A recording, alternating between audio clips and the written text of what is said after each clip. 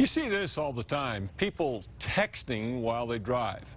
Maybe you've done it, but what you're about to see should convince you never to do it again. News 13's Jessica Garatay went on a driving test with texters, and she is live in downtown Albuquerque tonight with the story. Jess? Well, even if you look away just a second to text, some reports show you become more of a danger than a drunk driver. Been doing better, but I still do it about every day. I try not to, but probably more often than I should. Unfortunately, I do. Occasionally, I do text while driving. To be honest, a little bit.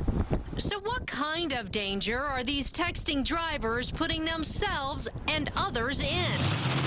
We put 5 people through a texting test, including one of our campaign sponsors, Rio Grande Federal Credit Union, using the Albuquerque Police Department's driving course. While texting, drivers will need to make a curve, go the correct speed, and if a cone is knocked down, that means they swerved out of their lane. The results, surprising for each. I thought I would do a lot better than I did. I thought I was a great multitasker. Mandon Danner failed, taking out a whole row of cones. David Marquez took this curve way too fast. Danya Dorman was going too slow and crashed into cones. Then, some shockers. You actually did better while you were texting. You were speeding, you didn't hit any cones, so. All right, driver, go. And the absolute worst driver while texting? Nikki Ingram, the only driver who never texts while driving. She was everywhere. I did horrible. I ran over several rows of the cones at once, and I was definitely speeding. Every driver was either speeding or going way too slow. I thought I was going too fast.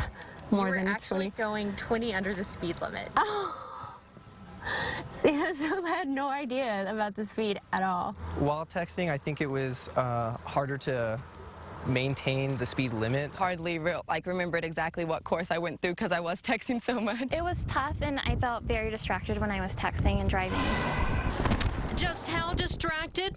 We asked an officer with APD's traffic unit. There's been several studies done that when you take your eyes off of the roadway for 2 seconds during a 6-second period, you're 300% more likely to be involved in a crash. The National Highway Traffic Safety Administration says drivers who text are 6 times more likely to cause a crash than a drunk driver. When texting, the driver's steering capability goes down 91%. There's only so much attention you can pay to any particular task.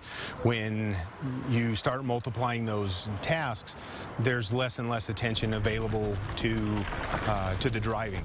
These drivers say they'll be putting down their phones when they're in their cars. So potentially I could have hit another car to the side of me, or I could have run over a curb or something worse. The cones could be a kid, you know, that pops out in the middle, so definitely need to focus all my attention on driving. This 4,000-pound missile is going down the road. 40 miles an hour, traveling at almost 60 feet per second.